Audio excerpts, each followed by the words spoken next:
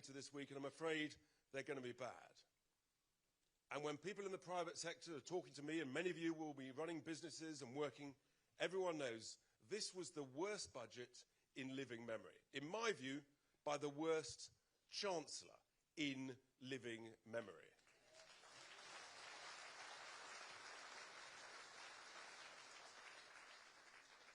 But of course, the Prime Minister has got to stick with her, because the moment you get rid of your Chancellor, you know who's next. So we've got to live with this, and it's not going to be easy. What are they good at? Let's just try and be optimistic, shall we? Any ideas? All right. As an MP, I'm going to call that fibbing, okay? Otherwise, the Speaker might get grumpy with me. There you are, you see. They're very good at taxing people. This is where I wanted to go, sir. The only thing they're giving away, the only thing they're good at, is giving away our money. And who are they giving it to? Well, it turns out they're not giving it to things that might grow our own economy. No. Let's give it away to overseas, shall we? So let's spend 10 billion on overseas climate aid. Is that a good use of our money? Okay. Well, let's try something else. What about let's give it away to 22 billion pounds on carbon capture technology? Is that a good use of our money? Even the Greens bless their cotton socks. Even they don't agree with that. They don't think that technology works. Where else do they want to send billions of... Oh! I'll come into that in just a second. Our mate Lammy, Mr. Lammy. Well, good old Dave. Apparently, he's just starting negotiations on reparations with the Caribbean. Is that a good use of our money? And then we come to our friends Mauritius. Now, I'm a real estate guy.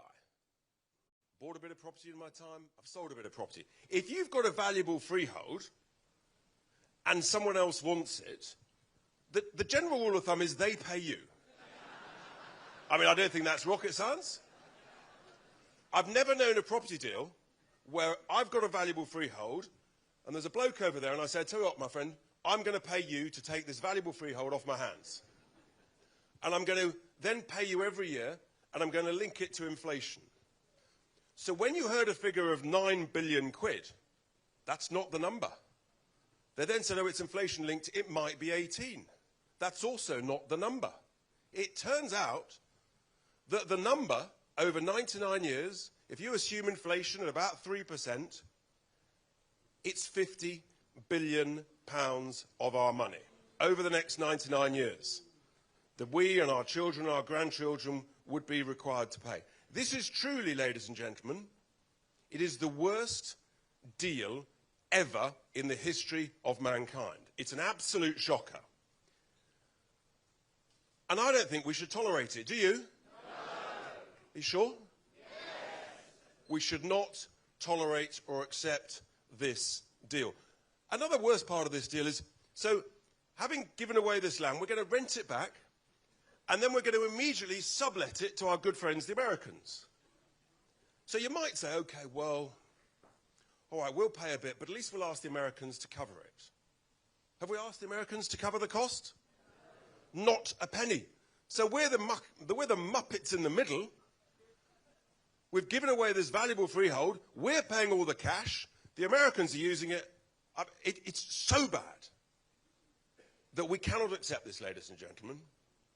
So I'm going to make a serious statement and commitment, because the history of this is that back in 1965, when the United Kingdom gave Mauritius its independence, part of that deal was that Mauritius gave up any claims to any form of sovereign rights over the Chagos Islands. And to ensure that deal, we actually did pay them back then, in old money, £3 million. We paid to Mauritius. So that was the deal, folks. It's in the treaty that they would give up any claims for the Chagos Islands.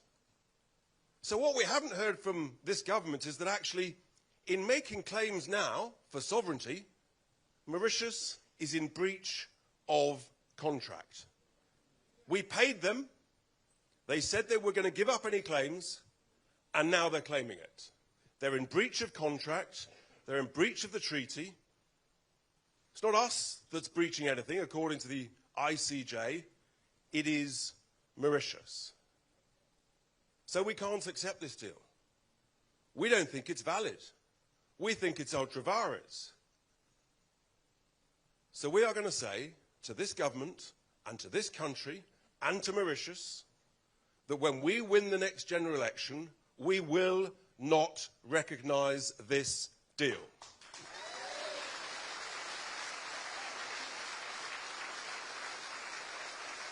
Furthermore, when we win the election, we will stop any further payments to Mauritius.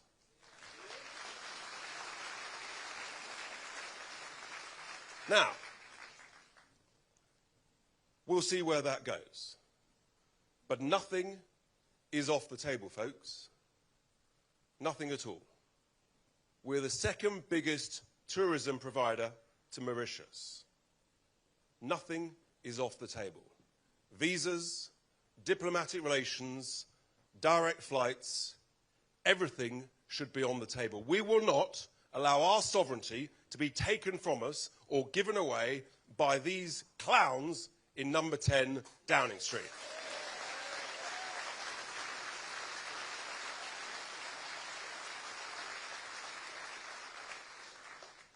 So that's Mauritius. I mean, things are not going well. There is some good news. There is some good news. It's only 4 years to go until the next general election. But in the interim, we're going to do amazing things when we're allowed to have elections this year. In some places, we're allowed to have them. In others, they've been cancelled. But we're going to do brilliantly in the May elections. And then next May 26, we're going to do incredible things in Wales and Scotland. And we will prove to people that we actually have the skills and the nous and the oomph and the common sense to win the next general election and to run this country. The other good news is that we're going to scrap other daft things. I mean, the biggest of which, the waste everywhere is extraordinary. I must just touch on my friends, the bats. Now, some of you may love bats. I'm not a great fan. But to typify the waste of public expenditure, our cash in this country, you have to look at our friends, the bats. Now, who would like to spend £1,000 of taxpayers' cash on a bat shed? Anyone? Oh, you're such a stingy lot over here. Come on. Anyone want to spend £1 million over here on a bat shed? Okay. Any bids for 10 million?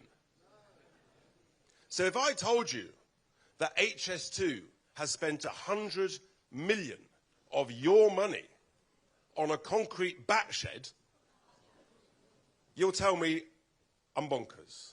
I'm afraid, folks, it's true. Worse than that, the boss of HS2 said he would do it again. 100 million of your cash on a bat shed that doesn't help the bats, doesn't protect the bats. It's complete insanity. Absolutely ludicrous. The waste is everywhere, all across the public sector. And typified, of course, by what I now call net stupid zero. When we get into power, we will scrap that. It's the worst policy in this country. Do you want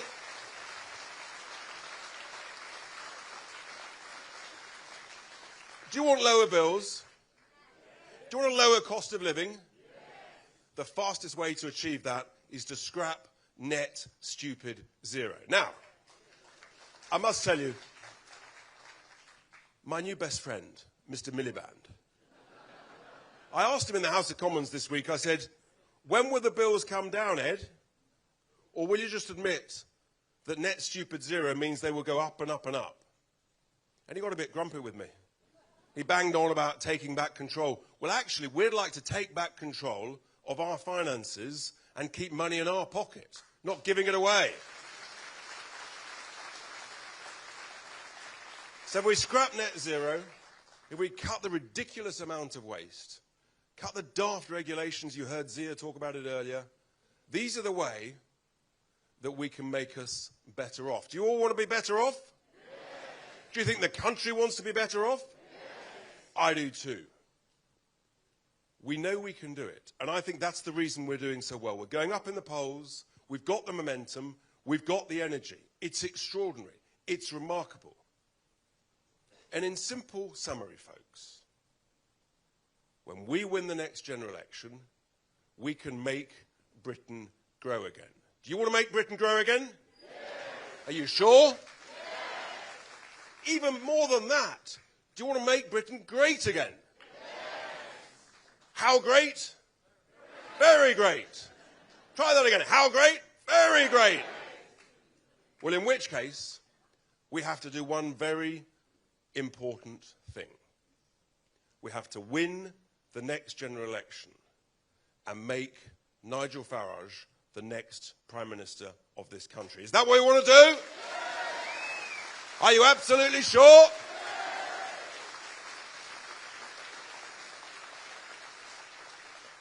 Well, in which case, would you like to hear from the great man himself? Well, thank you very much for listening. It's been tough in the Widdicombe-Farage sandwich, but ladies and gentlemen, please be upstanding. Give a huge, rapturous welcome for the man who must be the next Prime Minister of the United Kingdom, Nigel Farage.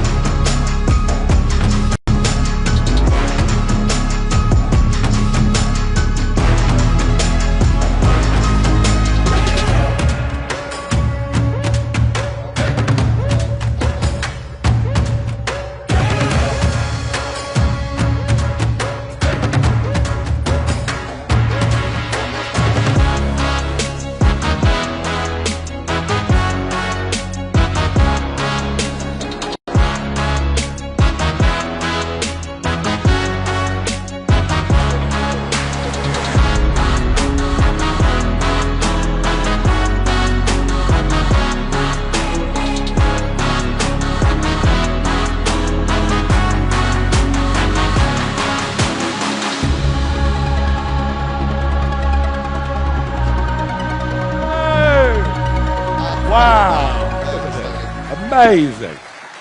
Well, thank you very much indeed. What a wonderful, warm reception on this Wiltshire afternoon. Now, I've got a very important message to show you. Would you like a quick flash? We have reached 200,000 members! How about that?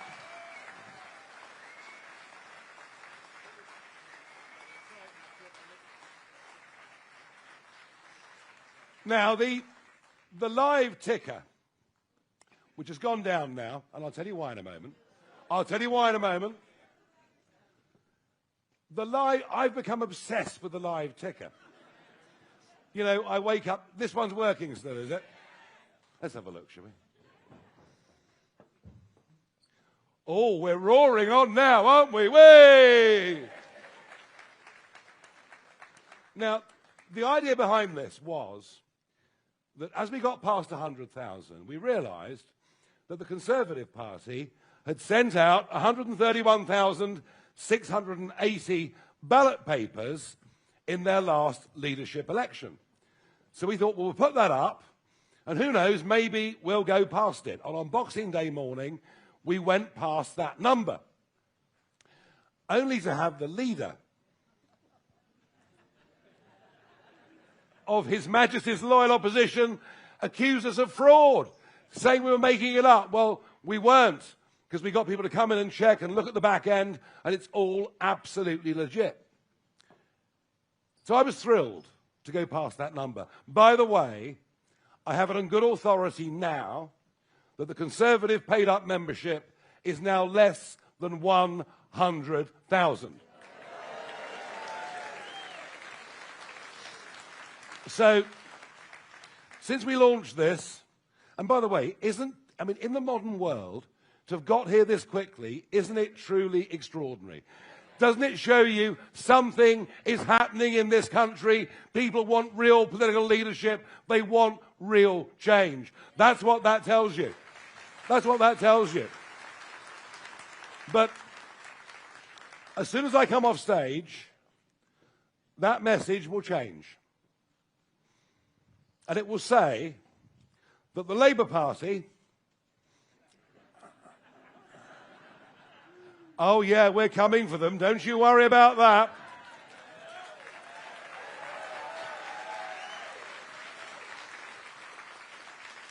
That message will say, as I leave this stage, it'll change, and it will say that the Labour Party have 309,000 members, and when we overtake them, we will be the biggest political party in this country. That's our goal. That's our aim. That's our target. Now, if you read your Sunday newspapers, you'll see there's much talk of me doing deals with the Conservative Party. Many years ago, sir, they were a very, very successful political organisation, but sadly, they betrayed the country with open-door immigration, with increased taxes, with not delivering Brexit, and they are now going to become a party of history, sir, because we are going to replace them.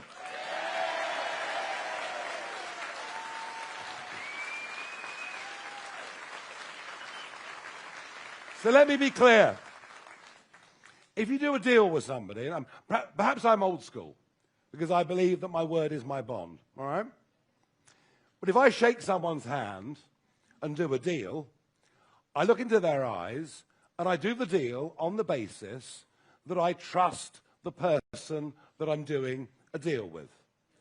I made, I think, a very magnanimous gesture as leader of the Brexit Party back in 2019, when I said we would stand down in 320 seats to give Boris a clear run to get in and get Brexit done. And it was the right thing to do at the time. It may not feel like it today, but it was, I think, a moment to put the interests of the country before the interests of myself or the interests of the party.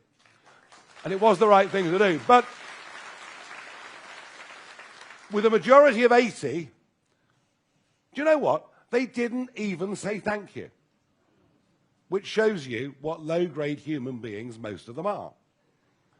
And they betrayed everything about Brexit. Brexit was about taking back control of our borders. Brexit was about reducing the numbers coming into our country. Brexit was about getting rid of excessive legislation that ties up so much of the time and effort and money of the 5.5 million people out there, men and women, that run small businesses. Brexit was about re-establishing confidence in who we were as a country.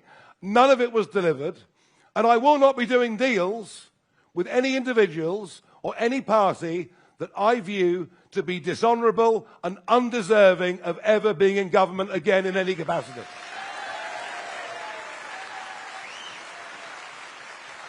And to go into the 2010 election, the 2015 election, the 2017 election, telling us they'd reduced net migration to tens of thousands a year. To win the majority saying the numbers would reduce, and then to finish up in 1 year alone with net 1 million people coming into Britain is as big a betrayal of a promise made to the British people as there has ever been in political history, and they must never, ever be forgiven for doing it. Now, but it would appear that the rise of reform is prompting changes in the other parties. Not just Kemi giving a speech the other day about how tough she's going to be on immigration, the very same Kemi who campaigned for foreign students to bring dependents with them. Quite why coming to university means bringing a mum, I've never, ever fully understood. But the Labour Party will be going on the attack tomorrow. They'll be showing us how successful they are at deporting people who've come here illegally. That's their big plan. What they won't tell you is over half of those that are going voluntarily, that many are getting £3,000 to go. Oh, yes. And I want to ask a question of Yvette Cooper, who'll be talking about this tomorrow, so let's do it now. How many of those young men that have crossed the English Channel in small dinghies since you got into government have been deported on those planes? I think we all know the answer, don't we? So we're not going to buy in to any of this at all. And I maintain that a 10 million increase in the population of our country over the course of the last 20 years has devalued the living standards of everybody in this country. Everybody in this country.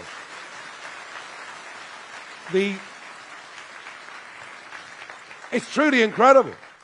The wave of people that came under Boris Johnson from 2021, of the millions that came, only 20% are working and contributing. The rest are costing us, the taxpayer. It's an outrage, and we're the only party that actually has the courage to stand up and say that anyone that comes here illegally will be deported. Simple as that. Simple as that. And we're the only party that will say that overall migration needs to be, this is the one net zero we approve of. No more population increase through immigration for many years to come until we get some hope of sorting out the mess that we're in. We haven't got enough houses. We can't get GP appointments. Our roads are completely overloaded.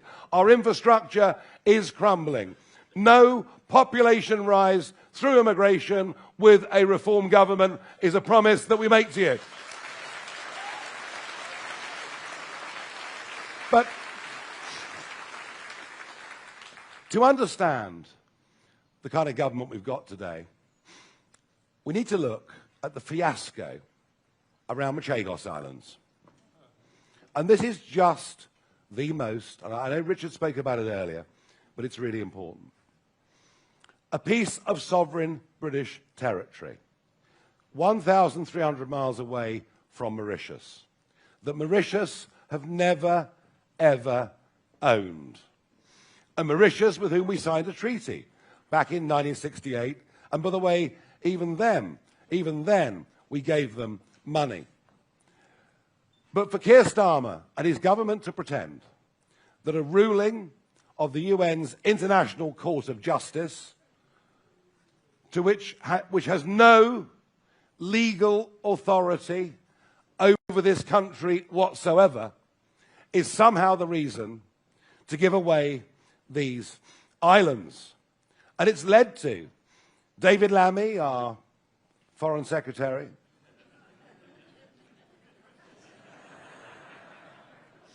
or left-wing sixth former, I'm not quite sure which. But it's led to David Lammy saying, don't worry, there's no threat to Gibraltar, there's no threat to the Falkland Islands, because the people of those islands will decide their future.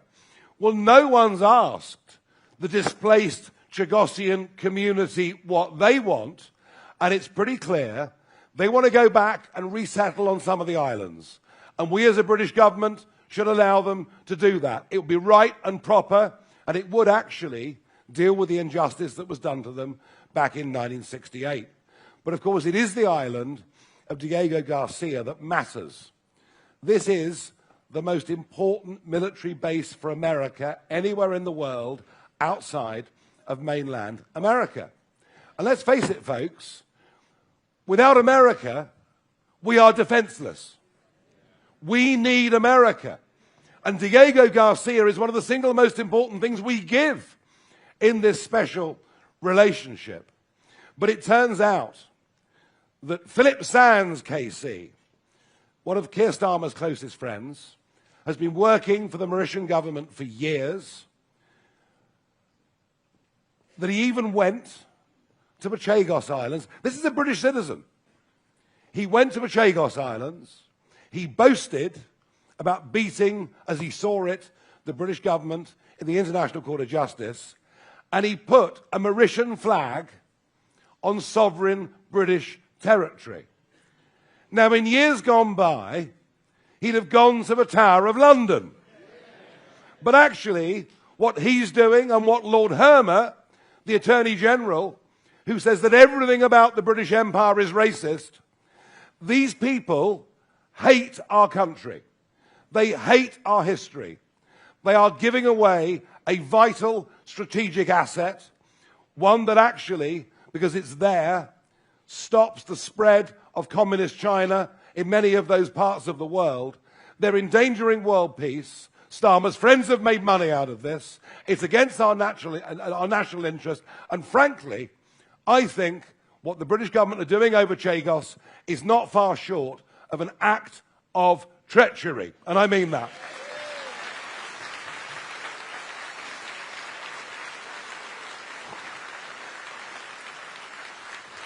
Oh, and then there's the money. So it's generally agreed that £9 billion we will pay for somebody to have something that is ours already. All right? And the Chagosian Prime Minister, the Mauritian Prime Minister, boasted last week in his parliament that the money, the payments, would now be inflation-linked. All right. So let's assume that the payment is £90 million a year. The Times this week thought £90 million a year would be the fee. And inflation-linked, some speculated, you might have read this, it would mean 18 billion. Did you read that? Okay. It's wrong.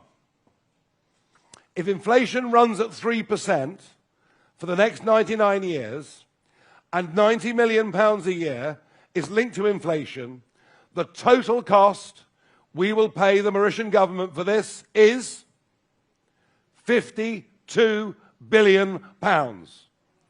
£52 billion, which is more than the entire defence budget this year. It is literally, we'll be paying within a few years more than the cost of the winter fuel payment every single year to do something that is against our interests and will damage our relationship with America. And let me say this.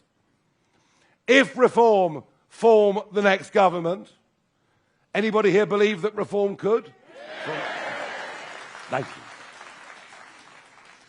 They're still awake. That's good. If Reform form the next government, we will abrogate the treaty in the same way that Mauritius have done with our 1968 treaty.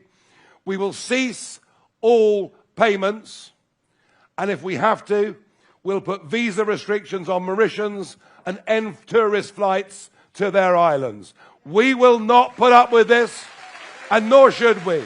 Let's defend the national interest. Let's put Britain first. I'm also very keen that a Reform government, that we re-industrialise Britain. Let's get people back into proper, well-paid working jobs. The madness.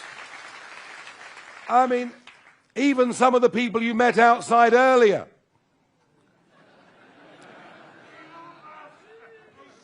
No, well, some people like green hair. I don't know, but there we are. But even the greenies that you met earlier, everyone knows we'll be using gas and oil up until at least 2050.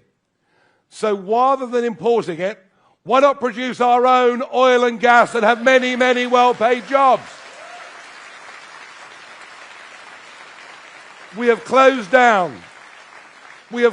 down most of our chemical plants, most of our manufacturing, all of our aluminium smelting, nearly all of our primary steel production, and we import the goods from India and China in the name of saving the planet when we produce less than 1% of global CO2, and what we're doing is making no difference at all. It is as if a collective madness has come upon the entire political class. A political class who in most cases have never had a job in their lives, are out of touch.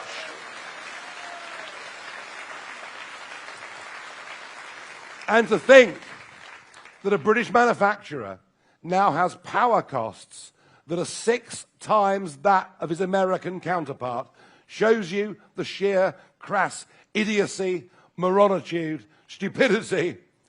I think moronitude's a new word, by the way, but anyway. You never know. I did get debanking into the Oxford English Dictionary, so you never know. So we're building some very positive plans. And I tell you what, I think that what is happening in America is going to be a great help to us in reform and our movement. I was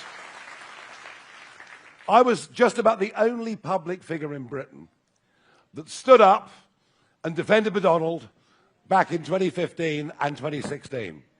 And I've never, ever wavered in thinking that even if his brash New Yorker style is not your cup of tea, that actually this man was a good thing, not just for America, but actually for peace in the world.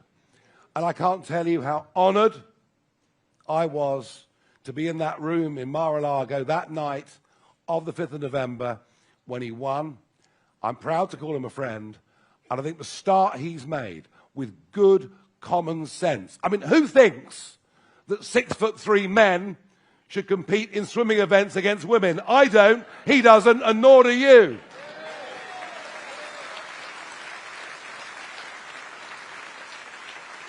So amazing the start they've made, and yes, cutting the size of the administrative state. They've been having a go at the US foreign aid budget, but think about our foreign aid budget. We've been giving money to India, Argentina, China, all sorts of countries, all sorts of crazy causes. We must cut the size of the public sector. We must cut the size of the administrative state. And we must understand that actually, if we're going to get ourselves out of trouble, we'll only do it through hard work, making money, getting tax revenue, without which we can't afford to have pensions. We can't afford to have health. And I want to say this to you, and I really mean this.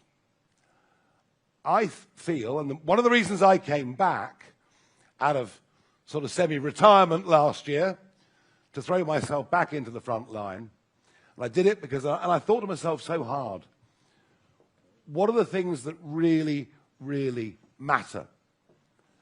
And it seemed to me that family, community, and country were the things that I cared about, were the things that the silent majority of Brits care about. And these were the things that inspired me to go back into the front line of politics. But you know something? All of those things are seriously threatened. Our country is in very much deeper trouble than many care to admit. We are getting poorer individually. Our national debt is exploding. Societally, you only have to look at the grooming gangs. Abomination, what other word can I use, to realize the trouble that we're in. Conventional policing has disappeared. Crime is accepted. Shoplifting is accepted. This country, unless we do something, will be completely unrecognizable as all of us know it and love it within a decade. We might just be the last throw of the dice. This might well be just one of those moments when it takes something radical to get a grip, to turn this around, to change attitudes. And that's really why I'm back doing this and devoting my life to it. And I'm so honoured and thrilled to have great colleagues with me, some of whom you've seen on the platform this afternoon, to have a couple of 100,000 people now paying their membership money, hundreds of thousands of others who've logged online as supporters. But I'm in Wiltshire today for one very specific reason. We have on May the 1st, now you've got elections in Wiltshire, you've not been cancelled. Although 5.5 million people have had their vote taken away, which I think is a complete and absolute total disgrace in what should be a democracy. I really do. But you've got to vote. You've got to vote. And we need to be stronger in Wiltshire. We've got lots of you signed up. By the way, we filled this place out within a couple of days on one email. Didn't even need to advertise, and we could have filled it 2 or 3 times over. So well done you for getting in quickly. But for the People's Army to be a success, for us to succeed on May the 1st on the ground, and this is our first big test, isn't it, since the general election, we've got to show that those opinion polls are real. And by the way, aren't those opinion polls incredible? I mean, absolutely incredible. In the hall outside, as you leave, you will see tables for each of the constituencies in Wiltshire. You'll see a table at the back of the hall which says sign up here. And what I need you to do, if you want to help us and do your bit in whatever way you can in our historic mission, and a mission that I just feel we can't afford to fail at. There's so much at stake. Otherwise, what do we leave to those that come behind us other than a completely broken and betrayed country? I'm not going to put up with that, and I want you to help me in making sure we prevent that. Are you going to help me in preventing that? Good. So I need you, please, go to whatever table is from your area. Let your local branch know who you are. Do what you can. Deliver leaflets. Speak to friends and family. Go round the pubs, as I've been doing now for decades.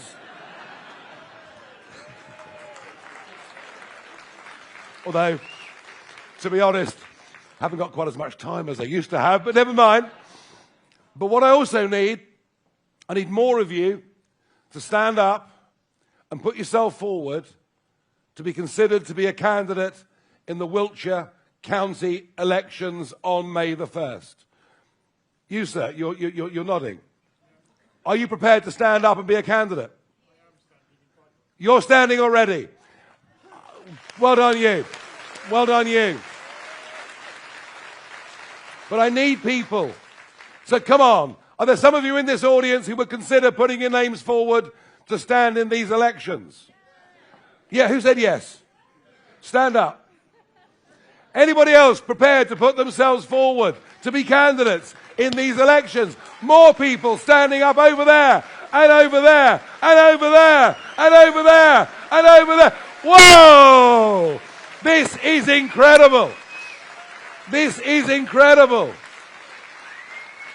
This, for those of you watching this, and keep standing, please, for a moment. For those of you watching this on the live stream, and we get huge numbers that watch this live, and they're interested parties, they're press, they're all sorts. For those of you watching this on live stream, if you haven't joined already, get online and join now. And have a look at what these people are doing. Something extraordinary, something remarkable, something historic is happening in British politics. The good, ordinary folk of Wiltshire, today, right before my eyes, are standing up and saying they're going to fight for our country. We need to put Britain first, and we intend to make Britain great again. Thank you very much indeed.